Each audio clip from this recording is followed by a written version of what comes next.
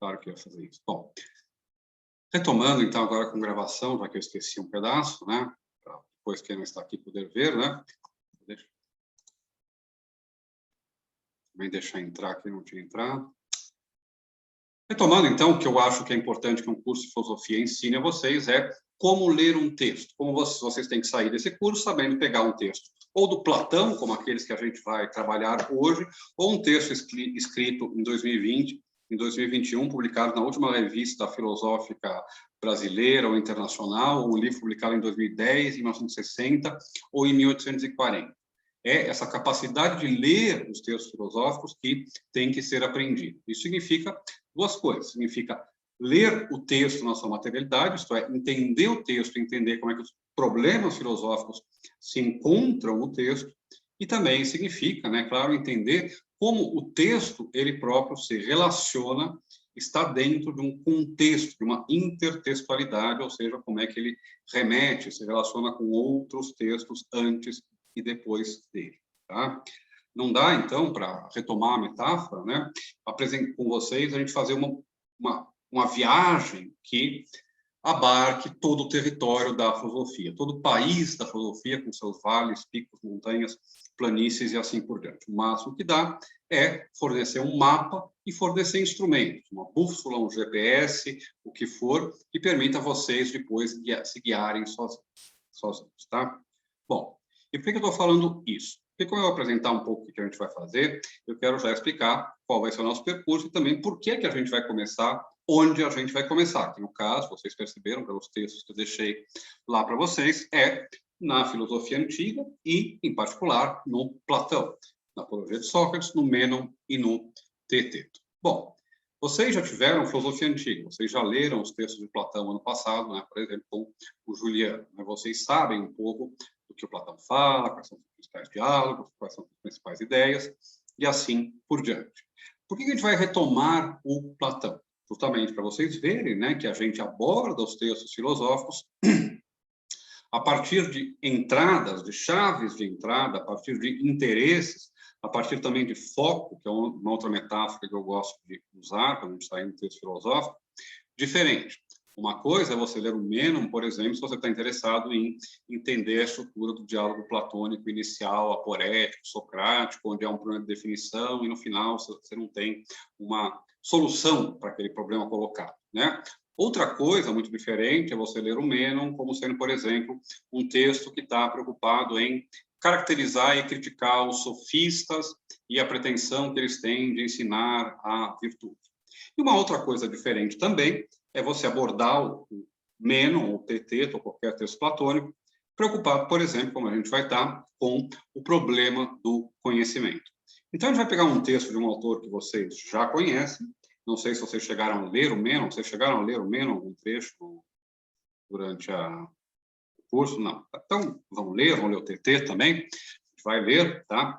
Mas o que eu quero que a gente faça é justamente perceber que os textos filosóficos, eles permitem muitas abordagens e muitas releituras, tá? Uma outra coisa, um outro clichê que eu vou repetir o tempo todo para vocês é que fazer filosofia, ou melhor ainda, ler filosofia, não é nunca ler, é sempre reler. Né? A gente nunca lê filosofia do mesmo jeito que a gente lê um jornal, um manual de instruções ou um romance que a gente pode, principalmente, pôr de lado depois de cumprida a sua finalidade, né? Informar a gente como é que alguma coisa funciona, divertir a gente quando a gente está na praia e assim por diante. Né? Não, textos filosóficos são, principalmente para nós, para vocês, que serão filósofos profissionais, para licenciados em filosofia, o texto é o nosso instrumento de trabalho, né?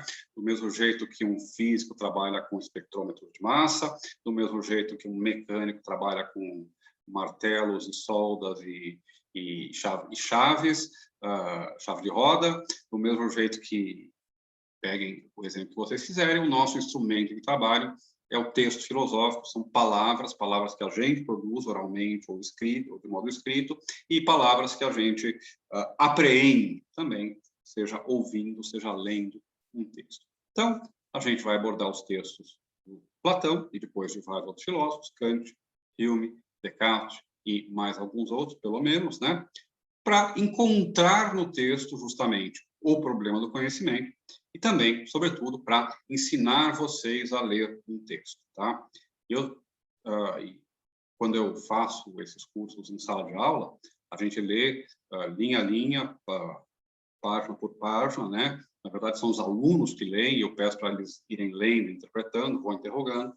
Não dá para a gente ter essa dinâmica aqui, porque ficaria cansativo e confuso, né? Cai a internet de um, o outro sai da sala porque caiu, né? E assim por diante. Mas o que eu vou fazer um pouco vai ser ler os textos, né? E tentar ler os textos quando a gente estiver em sessões online, tá? E aí vocês fiquem livres, né, para me interromper e para a gente poder dialogar sobre o que a gente está lendo, tá? Então, o nosso ponto de partida vai ser, então, pensar o problema do conhecimento e pensar o problema do conhecimento a partir dos textos, tá? Como é que a gente vai fazer isso? Vai fazer isso, então, misturando esses elementos diferentes. Eu vou deixar gravada toda semana, cada 2 semanas, na verdade, 1 ou 2 aulas, tá? Ou, talvez, às vezes mais, às vezes menos, enfim, mas por aí, né? Uma, pelo menos, aula expositiva, na qual eu falo um pouco sobre o problema que a gente vai enfrentar, sobre o ponto em que a gente está no curso, né? Sobre o autor que a gente vai ler. E aí, na outra semana, a gente alterna e se encontra ao vivo, né? Eu hoje marquei um encontro mais rápido, né, que vai ter 1 hora mais ou menos, pouco mais, pouco menos, mas vamos ver se a gente consegue fazer umas sessões um pouco mais longas na próxima vez, também dependendo do pique e do cansaço no qual a gente vai se encontrar. Tá? Ler texto filosófico e fazer filosofia é uma coisa que cansa, né? O trabalho intelectual, ele cansa e esgota fisicamente também, né? A gente, quando sai de uma sessão pesada de leitura de texto, de estudo na casa de vocês já perceberam, né? A gente está cansado não só intelectualmente, com a cabeça meio vazia, mas também fisicamente. Então, vamos tentar aproveitar que a gente tem distância, a gente pode guardar um pouco de fôlego e fazer encontros um pouco mais longos, a gente, então, enfrenta os textos, ok? Tudo bem até aqui, minha gente? Dúvidas, perguntas, angústias? Não hesitem, senão eu vou em frente. Bom, então vamos lá. Deixa eu falar algumas coisas sobre, então, o que a gente vai trabalhar, o que a gente vai ver e para onde é que eu quero chegar com vocês, onde é que eu quero pegar vocês pela mão e levar vocês para a gente chegar, tá? A gente vai trabalhar o problema do conhecimento, tá? E eu, quando falo o problema do conhecimento, pode parecer que é simplesmente um jeito de falar que a gente vai trabalhar a teoria do conhecimento, ou que a gente vai trabalhar o conhecimento, nosso tema é o conhecimento, mas não é, tá? Eu estou usando essas palavras de um modo bastante rigoroso. Elas pretendem expressar, cada uma delas, uma coisa. E também elas pretendem expressar o ponto de vista no qual eu me coloco para dar esse curso. O que eu quero dizer com isso, tá? O curso é um curso bastante, assim, standard, ou padrão, porque ele pega algumas ideias bastante clássicas da teoria do conhecimento. A definição tripartite de conhecimento, ceticismo, Kant, Descartes e assim por diante, tá? Mas também ele é um curso que vai refletir o meu tipo de leitura da história da filosofia, que é da relação entre a história da filosofia e filosofia, e também alguns dos meus interesses, pelo menos, tá? O primeiro ponto, o primeiro aspecto no qual isso é relevante para vocês é que eu concebo a história da filosofia como sendo basicamente feita ou podendo ser guiada por problemas filosóficos, tá? Quando a gente aborda a filosofia, quando a gente aborda a história da filosofia, parece que há sempre uma sucessão meio caótica de nomes, de autores, de ideias que se sucedem, né? E onde parece não haver nem progresso, nem direção, tá? Contra essa visão da história da filosofia, que é muito comum, principalmente para quem está de fora, mas também para quem está começando a cursar a filosofia, eu acredito que é possível ver na história da filosofia uma unidade, uma coesão e uma direção. Claro que não é uma unidade, coesão e direção plenas, porque ela é multifacetada, mas se a gente olhar retrospectivamente ao longo desses 2.500 anos, dá para identificar, sim, elementos de avanço, elementos de continuidade, elementos de progresso. Tá? E aquilo que guia, aquilo que permite a gente entrar na história da filosofia, e, portanto, aquilo que permite também a gente entender um texto filosófico, né, o nosso fio de Ariadne para a história da filosofia são os problemas filosóficos, o desenvolvimento dos problemas filosóficos. Vocês estão cursando filosofia e, ao longo dos anos, vocês vão ver que vocês têm algumas disciplinas que são temáticas, tem a ver, por exemplo, com áreas da filosofia. Lógica, metafísica, teoria do conhecimento, estética, filosofia política, filosofia da mente, e tem outras que a gente não tem no curso, mas que poderia ter, que outras faculdades têm, tá certo? Filosofia da ciência, tem também, filosofia da religião, enfim. Todas essas áreas da filosofia, todos esses campos diferentes da filosofia, eles são diferentes entre si, ou a gente pode unir eles, unir problemas estéticos dentro da estética, problemas metafísicos dentro da metafísica, porque há um certo conjunto, um certo feixe de problemas que unifica toda essa interrogação. O que é que há de comum entre o Platão, pensando o conhecimento lá no século IV a.C., o Kant, pensando o conhecimento no século XVIII depois de Cristo, e o Quine ou o Goldman, pensando o conhecimento no século XX, no século XXI.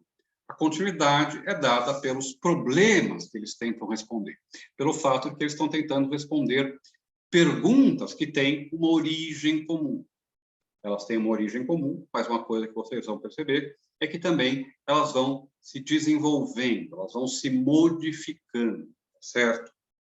E eu falo, então, de problema do conhecimento, eu digo, olha, a gente vai abordar o problema do conhecimento, porque uma das coisas, porque, primeiro, aquilo que eu considero nosso guia, nosso motivo condutor dentro da filosofia, são problemas. No caso da teoria do conhecimento, então, obviamente, nosso problema condutor tem a ver com o conhecimento, tá? Depois a gente vai ver direitinho como formular o problema do conhecimento, mas tem a ver, obviamente, com o conhecimento. Agora, além desse primeiro motivo, a compreensão da filosofia é mais fácil se a gente entender a filosofia como um conjunto de problemas que são desenvolvidos ao longo de sua história e estão sendo respondidos ao longo da sua história. O segundo elemento, ou o segundo aspecto que tem a ver com o conceito de problema, com essa abordagem a partir da ideia de problema, é que, historicamente, o problema do conhecimento é típico ou característico de um período dentro da história da filosofia. Tá? Vocês tiveram filosofia antiga no primeiro ano, vocês vão ter filosofia medieval agora, história da filosofia medieval no segundo, história da filosofia moderna no terceiro, história da filosofia contemporânea no quarto. Tá? 1, 2, 3, 4, mas é antiga, medieval, moderna e contemporânea. Bom, agora, tem uma... Primeiro, é claro que a divisão entre grandes compartimentos, estanques, né, da história da filosofia, ela é meio artificial. Mas, apesar de ser meio artificial, ela tem uma razão de ser, que é eventualmente pedagógica, mas também tem a ver com características muito gerais que esses grandes períodos têm. Tá? Em particular, então, uma das coisas que eu vou querer mostrar para vocês é que, embora já se discuta o problema do conhecimento desde a antiguidade, desde o pré-socrático, Platão, Aristóteles, o Agostinho, Tomás de Aquino, Occam e assim por diante, desde a antiguidade até a Idade Média, é só na modernidade filosófica, é só na filosofia moderna, é só no período que começa, então, lá no século XVII, vai até o final do século XIX, até a metade do século XIX, que o problema do conhecimento, primeiro, é formulado de modo absolutamente claro, tá? E, segundo, também se torna o problema central da filosofia, tá? O que eu vou dizer agora, é claro que é uma generalização, como todas as grandes generalizações que a gente faz quando a gente fala de toda a história da filosofia, mas um jeito de vocês pensarem a história da filosofia, um jeito de vocês se situarem na história da filosofia tem a ver com o fato de que, em certos períodos, uma área da filosofia, um tipo de problema filosófico, um tipo de preocupação filosófica é prevalente, central sobre os outros, tá? E com isso eu não quero dizer só que esse problema, digamos assim, ele interessa mais aos filósofos naquela época. Eu quero dizer, mais precisamente, tá, que cada uma dessas épocas concebe um certo ramo da filosofia como sendo fundamental, certo? Como sendo aquele que é a base, a raiz, o alicerce, o fundamento, as metáforas que aparecem o tempo todo na filosofia, tá? Sobre o qual os outros se constroem, tá? Vocês estudaram, por exemplo, Aristóteles no ano passado. Vocês viram que ele tem um livro que se chama Metafísica, tá? Mas, além desse livro Metafísica tratar de metafísica, ou melhor, além da gente poder chamar isso, o objeto de que trata esse livro de Aristóteles, de metafísica, outro termo que o próprio Aristóteles usa é filosofia primeira, né? Por que a metafísica é a filosofia primeira? Bom, porque se a metafísica é a ciência que estuda o ser, e se a filosofia quer saber a realidade de todos os seres, então o seu ponto de partida, aquilo que ela tem que decidir em primeiro lugar, a resposta que ela tem que dar em primeiro lugar para depois poder dar todas as outras respostas, é a metafísica, a resposta ao problema metafísico, é dizer, do que é feito o mundo, tá? Por isso, quando vocês estudaram o Aristóteles, por exemplo, depois que o Aristóteles resolve o problema ontológico, o problema metafísico, com o conceito de substância, com a ideia de ato e potência, que explica a mudança das substâncias, a continuidade na mudança, né? A relação entre o uno e o múltiplo, que é um problema que aparece também no Meno, no Platão, né? Bom, com o conceito de substância, dá, então, para você tratar todas as outras áreas da filosofia, né? Escrever o De Anima, escrever a Ética, escrever a Política, escrever os outros textos do Aristóteles. Bom, para os antigos, então, é aí onde eu queria chegar, a filosofia primeira, a disciplina filosófica fundamental, e para os medievais também, é a metafísica, tá? É a investigação sobre o ser. Estão preocupados em dizer do que é feito o universo, qual é a substância última das coisas, ou qual é o princípio primeiro, a arqué sobre a qual repousam todas as coisas, tá?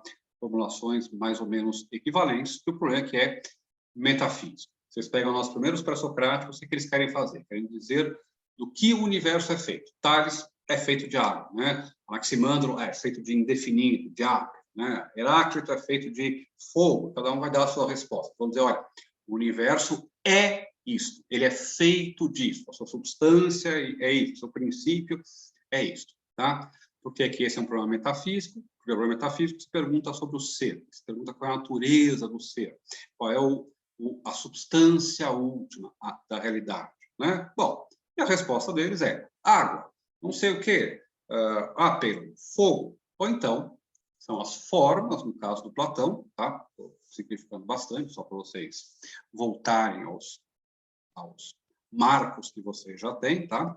Ou, no caso do Aristóteles, é o conceito de substância, conceito de ato e potência, e assim por diante, né? Bom, então, o que os filósofos antigos fazem? Eles olham para o mundo e se perguntam o que é isso, ou o que o mundo é, ou o que está por trás de tudo isso, tá? Os modernos, ao contrário, a gente vai ver o caminho que faz com que eles cheguem a isso, vão se colocar uma pergunta anterior. Eles vão se perguntar, bom, se eu olho para o universo e digo que o universo é feito de água, obviamente não parece ser todo feito de água, né? Árvores e computadores e carros não parecem ser feitos de água, né? Se eu digo que o universo é feito de formas, né? A gente não vê as formas, né? A gente vê livros, mas não vê a livridade. A gente vê xícaras, né? Mas não vê a xicridade, a xícara cósmica platônica, né? E assim por diante. Então, uma pergunta bastante razoável é: seu Aristóteles, seu Platão, seu Anaximandro, seu Anaxímenes, né? Como é que você sabe? Como é que você chega a conhecer isto que você está afirmando sobre o universo, sobre a realidade? E vejam, quando isso acontece na história da filosofia, e isso acontece lá no século XVII, com o Descartes, principalmente, com outros autores, Bacon, Hobbes, assim por diante, a história da filosofia, a direção da filosofia muda, se altera, se renova. Os problemas filosóficos também se alteram e se renovam porque o foco mudou. E para os modernos, a pergunta filosófica essencial não é mais o que é o mundo, mas como eu sou capaz de conhecer o mundo.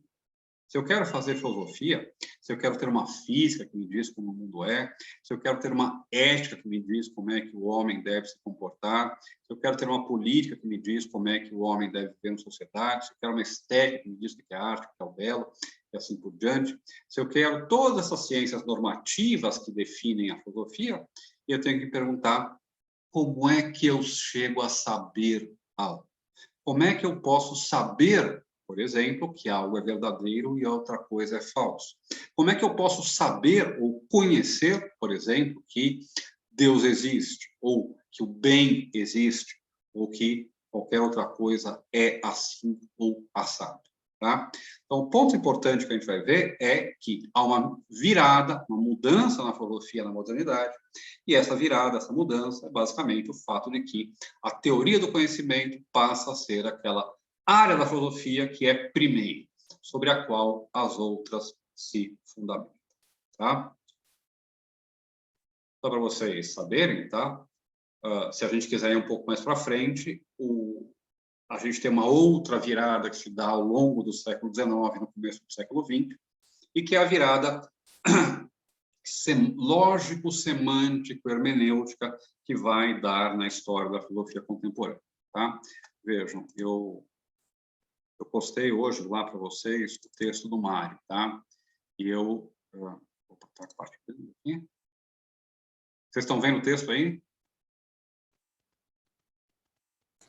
Ainda não, professor. Não, então, peraí. Agora sim. Um quadrinho aí, né? Sim. Esse quadro, eu estou tirando aqui do livro do Mário, que eu deixei para vocês, tá? Que é esse aqui, a filosofia a partir dos seus problemas, tá? Que está lá. E esse livro é muito interessante, porque ele tem alguns capítulos iniciais. O primeiro é, a primeira parte, a filosofia a partir dos seus problemas, né, onde várias coisas que eu disse para vocês estão vendo do que eu tiro, tá? Não só daqui, tem algumas discordâncias com o modo como o livro aborda, mas boa parte tem a ver com o que está aqui, né? E depois tem algumas partes, né, um pouco mais específicas, que tem a ver com como se lê um texto filosófico, né? O que é entender um texto, como fazer quando não entendo o texto, e assim por diante, tá? Então, eu deixei esse livro, é um livro interessante, mas recomendo que vocês leiam. A gente vai usar ele também depois, se eu der moderna para vocês, para trabalhar o Kant, tá? Mas tem um quadrinho lá no final do livro, então, no último artigo dele, que é justamente esse aí, onde explica, onde ilustra um pouco isso que eu estava querendo dizer para vocês, tá? Olha, se a gente tiver 3 grandes períodos filosóficos, né? Antiga, medieval, filosofia moderna e depois filosofia contemporânea, né?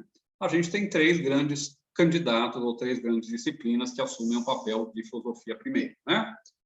Metafísica na antiguidade, epistemologia, ou teoria do conhecimento no período moderno e a lógica, a semântica e a hermenêutica no século XX. Uma pergunta que vocês já podem se colocar e que eu não vou responder, mas que vocês podem ir buscando responder ao longo dos vários anos da formação de vocês aqui no curso depois, né? É se a gente ainda está dentro desse paradigma linguístico, lógico, hermenêutico, semântico, ou se a gente já saiu dele e está em alguma outra coisa pós isso e o que é, tá? Mas não é objeto do nosso curso, tá? Vocês discutam isso no boteco. Não tem boteco porque a gente está remotamente, né? Mas se um dia vocês voltarem à universidade, né? Discutam isso no boteco, é um tema interessante. Bom, mas aí tem um quadrinho onde resume um pouco, né? Aquilo que eu quero mostrar para vocês, tá? E se vocês olharem aqui, né? Vocês veem que na época moderna tem 2 grandes nomes, né? O Descartes e o Kant. A gente poderia colocar o Hume aí também, tá? E a disciplina-chave é a epistemologia, ou a teoria do conhecimento, ou a gnosiologia, tá? Todos nomes sinônimos. Ou ainda aqui ele coloca teoria transcendental. Transcendental é um termo do Kant, tá? Que tem a ver justamente com, digamos assim, o caráter reflexivo da pergunta do conhecimento.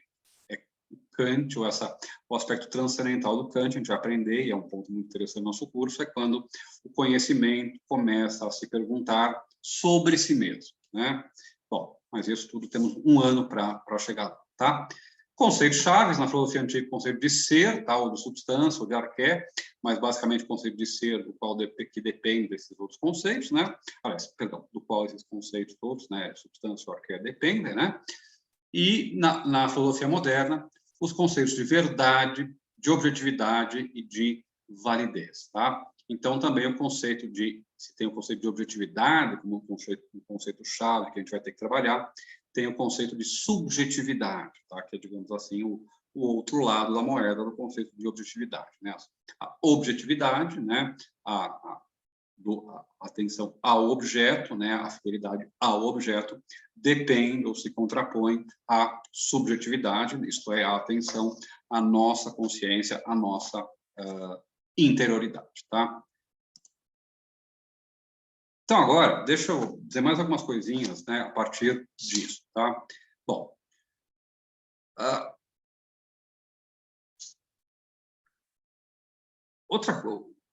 outro aspecto, outro elemento que eu quero apontar para vocês quando eu falo de problema do conhecimento, então, é um terceiro para fechar aquela exposição que eu comecei uns minutinhos lá atrás, né? O terceiro elemento, a terceira herança que eu estou colocando aqui no curso para vocês, quando eu falo do problema do conhecimento, tem a ver justamente, então, com isso que eu acabei de falar para vocês, que na filosofia moderna, a filosofia primeira é a teoria do conhecimento ou a epistemologia.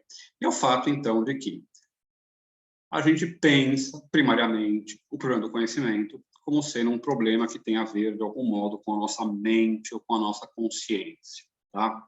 Conhecimento, para nós, porque nós somos herdeiros dos modernos, é conhecimento humano, tá? Deus tem conhecimento. Seres puramente racionais, como os anjinhos, tá? Ou como seres extraterrestres, Kant achava que seres extraterrestres eram um intermediário entre os anjos e nós, né? Bom, seres puramente racionais têm conhecimento, mas nós não temos acesso ao tipo de conhecimento que Deus, ou que os anjos, ou que alienígenas têm. Portanto, para nós, o conhecimento é um problema do conhecimento humano, tá? E o problema do conhecimento humano tem a ver, ou nos remete, então, ao mental, ao domínio da mente, ao domínio da consciência, ao domínio, então, disso que eu acabei de falar, de chamar de subjetividade, tá? No começo, vejam aqui um outro texto importante, que obviamente eu vou usar bastante, vocês podem ver que eu vou usar bastante justamente porque ele se chama, né, O Problema do Conhecimento. O título completo é O Problema do Conhecimento na Filosofia e na Ciência Moderna, escrito por um grande filósofo neocantiano, que é o meu xará, o Ernest Cassirer, tá? E o Cassirer começa, esse aqui é o segundo volume, ele começa o primeiro volume definindo o conhecimento como sendo, eu vou citar de cabeça, mas é mais ou menos isso, tá? O processo pelo qual a consciência humana se eleva de modo reprodutivo à consciência certa de que algo é diferente, de algo diferente de si mesmo, tá? Vou repetir, porque eu quero que vocês percebam algumas coisas importantes que aparecem nessa definição e no modo como a filosofia em geral, em particular a filosofia moderna, pensou o problema do conhecimento.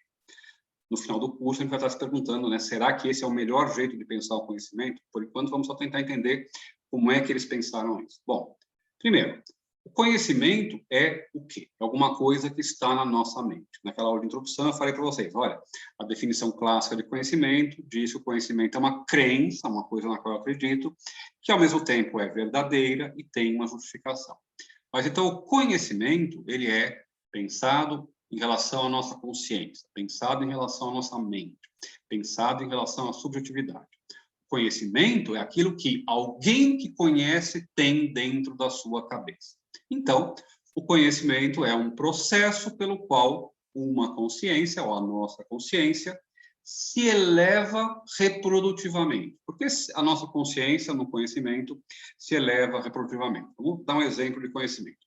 Eu sei que essa xícara aqui está na minha frente, tem chá e é colorida, tá? Bom, quem sabe isso? O Ernesto.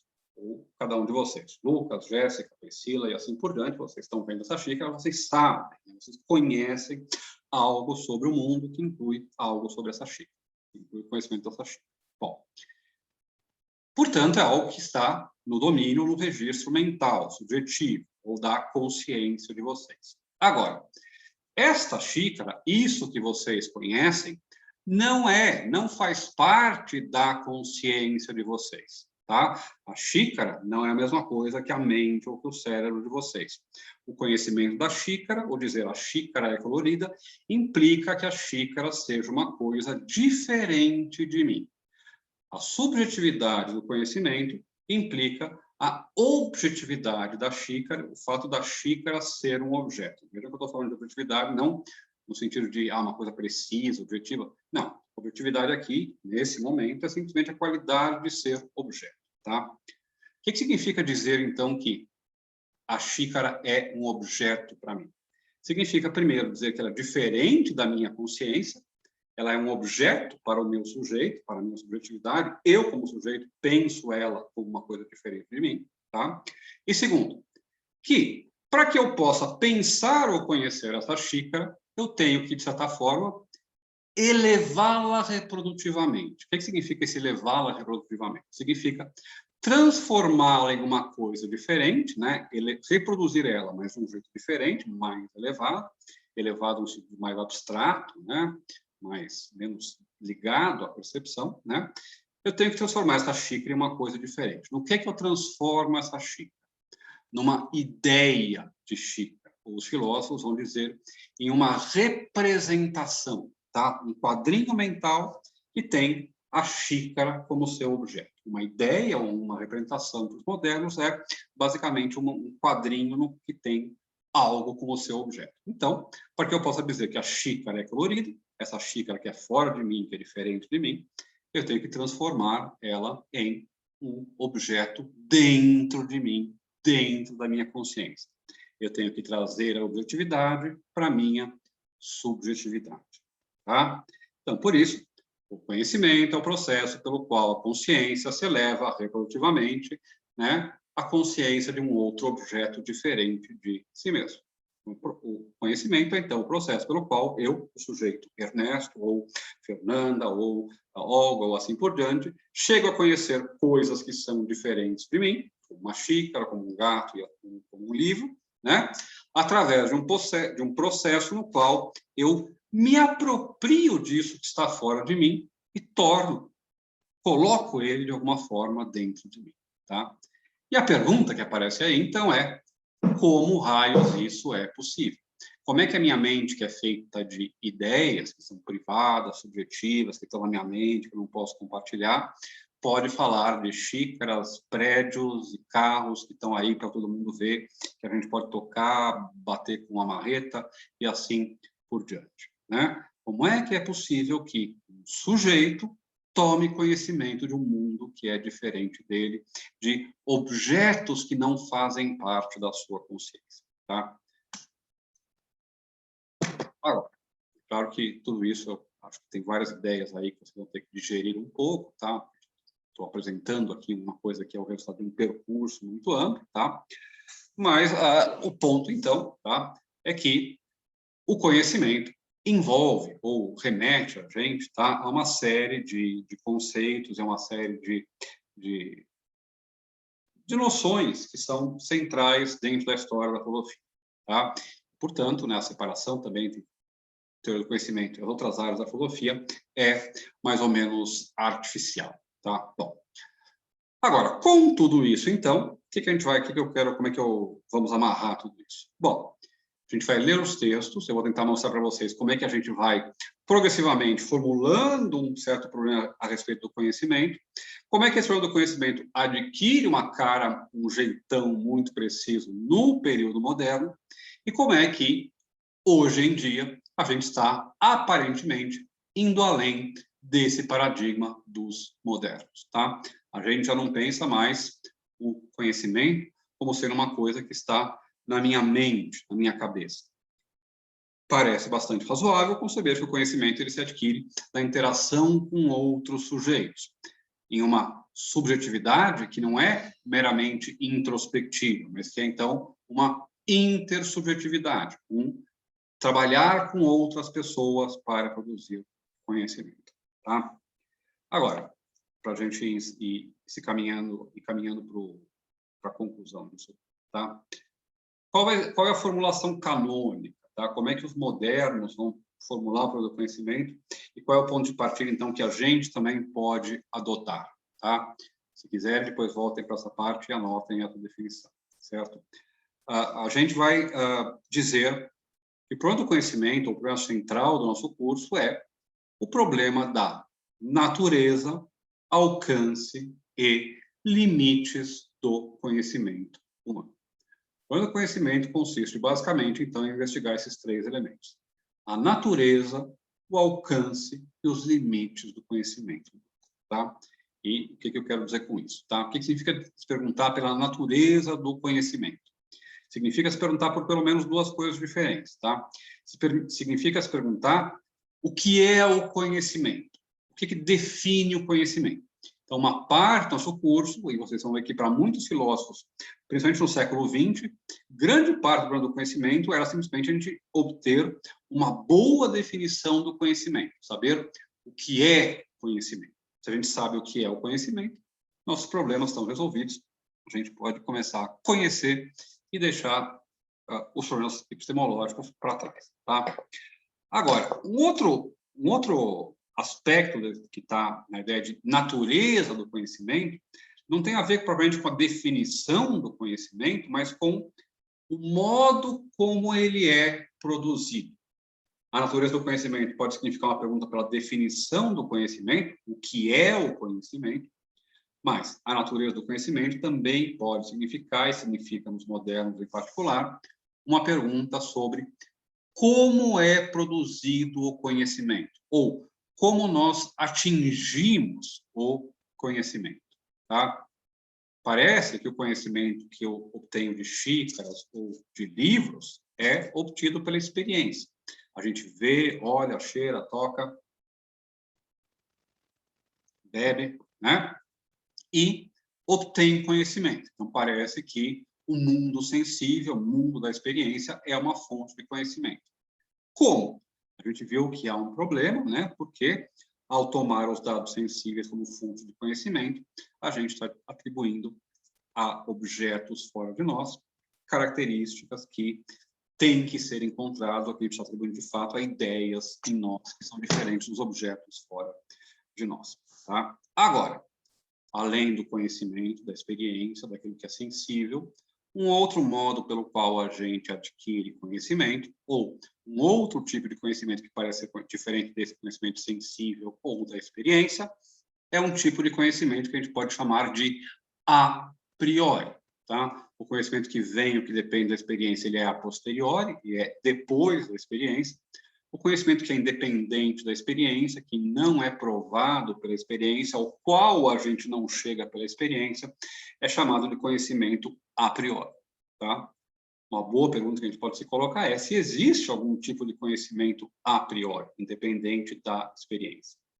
Agora, historicamente, os filósofos sempre acharam que existia um tipo de conhecimento, vários na verdade, a priori, independentes da experiência. Por exemplo, o conhecimento matemático. Saber que 2 mais 2 é igual a 4 é uma coisa que eu posso conhecer, independentemente de ter, na realidade, juntado 2 laranjas com mais 2 laranjas, ou 2 bananas com 2 bananas.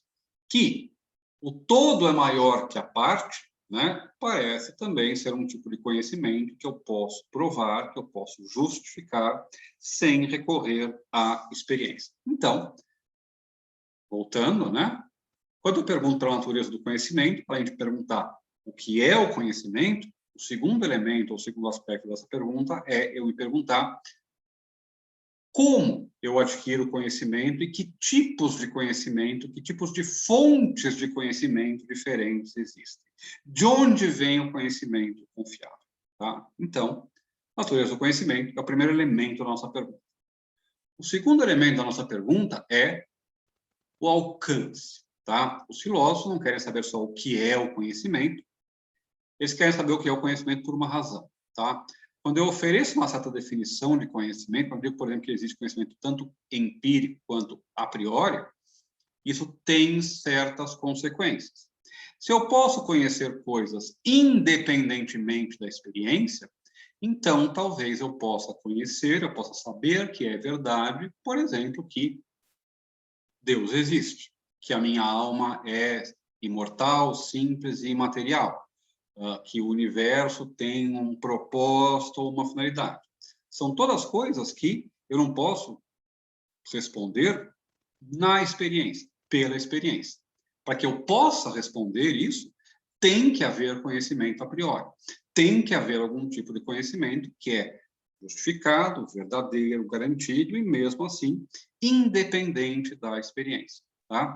Então, a pergunta pela natureza do conhecimento não é só uma pergunta teórica, uma pergunta que tem imensas consequências práticas, justamente porque ela define os outros dois elementos do nosso problema, o alcance e o limite do conhecimento. Até onde eu posso conhecer? Eu posso conhecer Deus, a alma imortal e imaterial, o propósito ou o sentido último do universo, da nossa existência, ou não posso? Bom, então, alcance, até onde nosso conhecimento vai, né? E limites, até onde ele não vai. Para muitos filósofos, por exemplo, o conhecimento de coisas como Deus, a alma e o mundo é impossível. Para o Kant, por exemplo, ou para grande parte dos filósofos do século XX, certo? Então, a gente investigar o conhecimento não é, de modo algum, uma investigação que tem interesse meramente teórico dentro da filosofia, ou mesmo fora dela, né? Mas que tem consequências práticas muito importantes. Tá? Aliás, eu não preciso dizer para vocês, né, que o que a gente vem assistindo hoje, né, se vocês ligarem à televisão, verem as notícias sobre Covid, medicação, vacinas e assim por diante, né, é uma batalha que é, no fundo, epistemológica, que envolve concepções ou modos diferentes de conhecer de conceber o conhecimento, de conceber a justificação do conhecimento, né? Por que que tem um grupo de pessoas dizendo não, tal remédio salva e vacina é ruim, e o outro diz o contrário? Bom, cada um tem pretensões de conhecimento. Ele acha que aquilo que ele está dizendo é conhecimento verdadeiro, confiável, justificado, e o outro não, né? Ou seja, discussões epistemológicas não são meramente discussões ociosas ou supérfluas que desocupados que fazem filosofia discutem, né? Questões epistemológicas têm consequências práticas bastante importantes, bastante fortes, né? Bom, tudo bem até aqui, gente? Dúvidas, perguntas, angústias? Gente, vocês podem falar, tá? Eu às vezes, me entusiasmo e começo a falar um pouco mais rápido, às vezes eu uso algumas palavras que provavelmente vocês às vezes não estão familiarizados com ela, às vezes tem coisas que para mim são claras, para vocês não são, tá? Então, não se acanhem em perguntar, tá? Bom, já que está tudo super claro, então, já que ninguém tem uma dúvida, eu vou me adiantar um pouco, tá? Vamos, deixa eu ir encerrando aqui, tá? Vou dizer algumas coisas, então, sobre como é que a gente vai fazer tudo isso. Como é que a gente vai fazer esse percurso, como é que a gente vai trabalhar. A gente vai começar a ler o Meno, aliás, o Platão, tá? E a gente vai começar a ler o Meno, tá? Eu deixei aí o texto do Meno, tá? Vocês têm ele, se vocês não leram, podem ler o diálogo inteiro, tá? Mas não é o diálogo inteiro que vai interessar para a gente. Aquilo que eu vou querer ler com vocês em sala de aula é o trecho que começa na edição que... Deixa eu pôr aí para vocês. Na edição que eu passei para vocês, olha, isso está na página 47, tá? Esse trecho começa aqui em A Aporia de Meno, tá? Se quiserem ler o que tem atrás e o que tem para frente, podem ler, mas é esse trecho aqui que a gente vai ler, tá? E outro texto que eu passei para vocês, pelo qual eu queria começar, então eu vou só apontar algumas coisas dele para a gente encerrar esse nosso encontro de hoje, é a Apologia de Sócrates, tá? Deixa eu sair daqui. Então, stop share. Ok. A Apologia de Sócrates, tá? A Defesa de Sócrates, é um texto que eu acho que vocês conhecem, tá? Se vocês não viram ele em antigo ano passado, vocês talvez tenham visto no colégio, porque é um texto que as pessoas usam, ou deveriam usar, pelo menos, né, para apresentar a filosofia, porque é um texto lindo, maravilhoso, que faz a gente chorar cada vez que a gente lê, né? E se vocês não choram, o coração de vocês deve não estar simplesmente seduzido pela filosofia e pela beleza do conhecimento, tá? Mas é na Apologia de Sócrates, né, que vocês sabem, que se encontram várias daquelas passagens, daqueles ditos memoráveis que a gente atribui ao Sócrates, né? E, em particular, e então por isso eu queria pegar a Apologia para a gente começar o nosso percurso, o tão famoso, né? só sei que nada sei. Tá? E eu falei naquele curso, naquela aulinha que eu deixei para vocês, tá? Que na história da filosofia, o conhecimento ele nasce sob a aura do paradoxo, tá? Ou sob o signo do paradoxo. Tá? Por quê? Porque ao mesmo tempo que a gente pressupõe que conhece um monte de coisas, o conhecimento parece ser algo que é, à primeira vista, impossível ou pelo menos enigmático. Tá?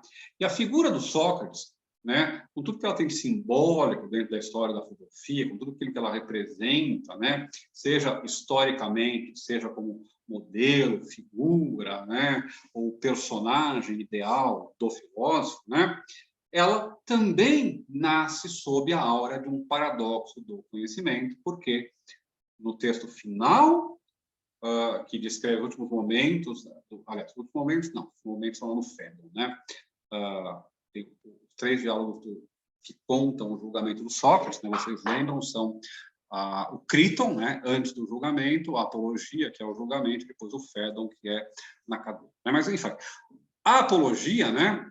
Mais do que um diálogo, ela é um grande monólogo do Sócrates, né? Ela também é diferente nisso, e ela tem aquelas várias imagens, historinhas que são muito famosas a respeito do Sócrates. E uma delas, né, aquela com a qual eu quero começar, né, é aquilo que está no texto que eu passei para vocês, né, que é a edição dos Pensadores, né, definido como, deixa eu compartilhar aqui para vocês, ciência e missão de Sócrates, tá? E vocês estão vendo aí. E aí o sujeito, estão lá, os caras estão lá julgando Sócrates e perguntam para ele: afinal, Sócrates, qual é a tua ocupação? De onde procedem as calúnias a teu respeito? Né? Ou seja, o pessoal está te perseguindo. Né? Bom, vou tirar isso. Bom. Que isso. Bom, aí, né? Ciência e missão de Sócrates. Aí o Sócrates vai dizer: olha, a minha ciência é simplesmente a ciência humana.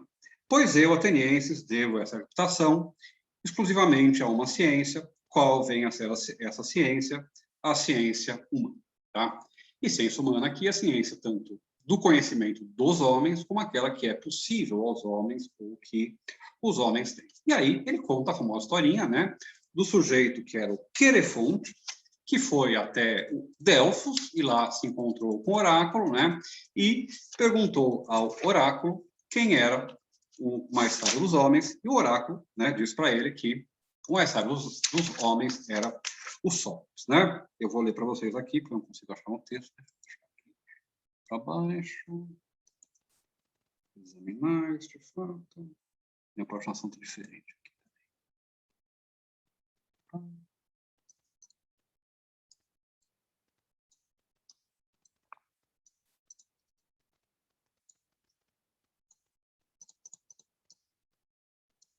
Aqui, achei. Ele, nesse trecho aqui, né, o Querefonte está lá perguntando para o oráculo, né?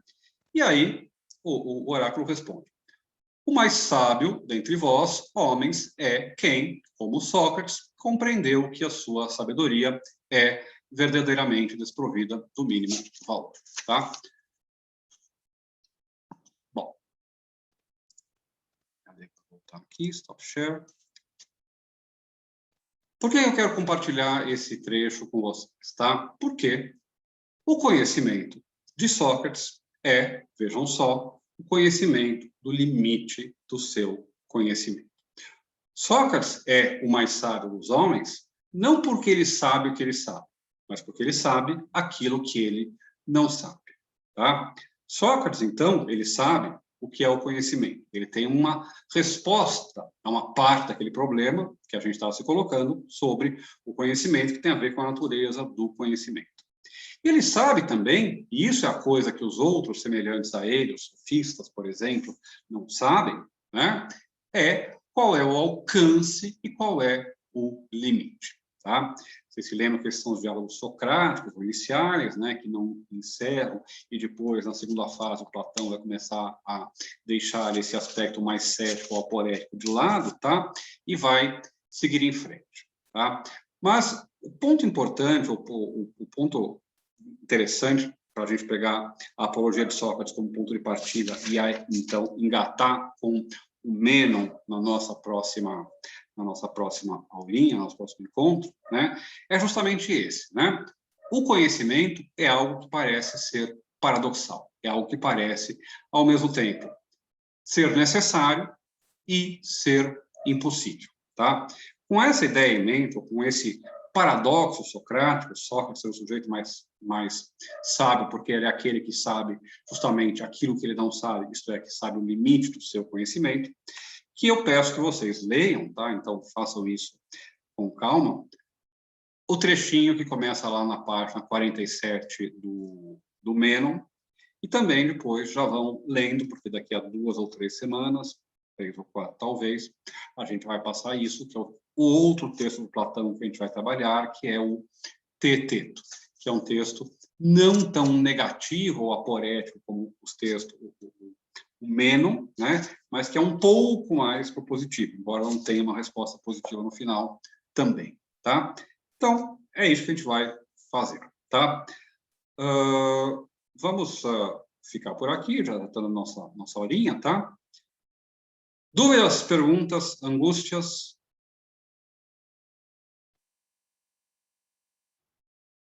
Tudo bem?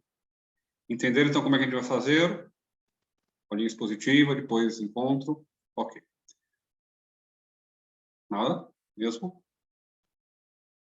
Falem agora, ou calem-se para sempre. Vou dar 30 segundos para os tímidos perderem a timidez quando eu tomo um gole de chá.